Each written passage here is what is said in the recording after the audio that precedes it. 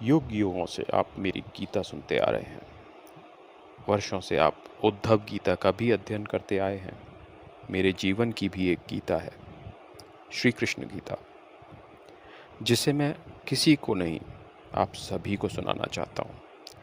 वास्तव में इस गीता की ओर तो कोई ध्यान ही नहीं दे रहा है। गीता में मैंने प्रिय सखा अर्जुन से कहा था कि ऐसा समय ना कभी था और ना कभी होगा जब तुम नहीं थे और मैं नहीं था। आज पुनः कहता हूँ कि वह बात मैंने केवल अर्जुन से ही नहीं कही थी, हर सजीव से, हर स्त्री पुरुष से कही थी, और वह भी सदा के लिए, तत्व रूप से, विचार रूप से, आज भी प्रत्येक चराचर में मैं विद्यमान हूँ। सर्वप्रथम समय का अभिप्राय जान लेना आवश्यक है। आज विज्ञान का युग है, केवल ज्ञान का नहीं, भौतिकी के ज्ञान विशेष का युग है। विज्ञान का कहना है कि समय अखंड है, उसका कोई आरंभ या अंत नहीं है, वह अनंत है। और यही बात मैं गीता में कब का कह चुका हूँ, बहुत स्पष्ट रूप से। मैं ही काल हूँ, समय हूँ।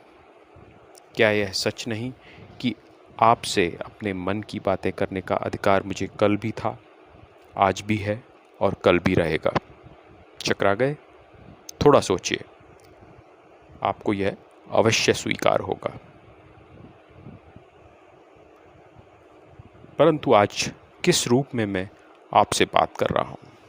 बाल्यावस्था में ही अलग अलग नाम और रूप धारण करने वाले असुर राक्षसों का खेल खेल में अंत करने वाले गोपाल कृष्ण के रूप में, जल क्रीड़ा करने वाली गोपियों के वस्त्र चुराने की अक्षम्य लगने वाली शरारत करने वाले कन्हैया के रूप में, पहले गोपालों के मुखिया और बाद में यादवों के प्रमुख योद्धा के रूप में, पिता के घर में दही दूध माखन की विपुलता होते हुए भी अपने साथियों के संग गोपालों के घर में दधी माखन की चोरी करने वाले नटखट बाल कृष्ण के रूप में, अवतार उपाधि का मोहक वस्त्र ओढ़ने वाले इंद्रजालिक कृष्ण के रूप में, सही समय पर द्रौपदी की लज्जा रक्षा हेतु वस्त्र दिलाने वाले चमत्कारी वासुदेव के रूप में, या महाकाव्य महाभारत के एकमात्र मेरुदंड महानायक के रूप में, या यूं कहिए कि 18 अक्षोहिणी बलवान योद्धाओं का लोमहर्षक प्राणघाती अनावश्यक महासंग्राम रचाने वाले विक्षिप्त खिलाड़ी के रूप में मैं आपसे बात कर रहा हूं। मेरा यही आक्षेप है कि ये सारे रूप मुझ पर थोप कर ही आज तक सभी ने मुझे अपने आप से दूर रखा है, जानबूझकर, बड़ी कुशलता से। मंदिर में केवल पूजा करने योग्य देवता बना रखा है आप सबने मुझे। यह आसान भी है और सुविधापूर्ण भी। मैं विष्णु का अंश हूँ, इस कथन को मानने के लिए तो आप बड़ी सरलता से और प्रसन्नता से तैयार थे, आज भी हैं और कल भी रहेंगे। शताब्दियों से मैं आग्रहपूर्वक कहता आया हूँ, मैं अंश रूप में हर एक के भीतर विद्यमान हूँ, परंतु इस कथन को मानने को, जानने को आप तैयार नहीं हैं। ऐसा क्यों?